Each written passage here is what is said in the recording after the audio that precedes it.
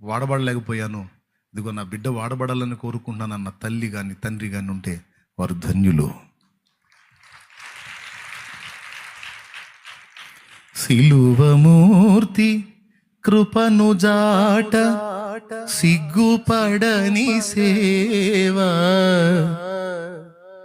సిలువ నిందలను భరించి శిరము వంచి మురియు సేవ, శిరము వంచి మురియు సేవ, మధుర మధుర మధుర సేవ, యేసు ప్రభు సేవ, మధుర మధురం.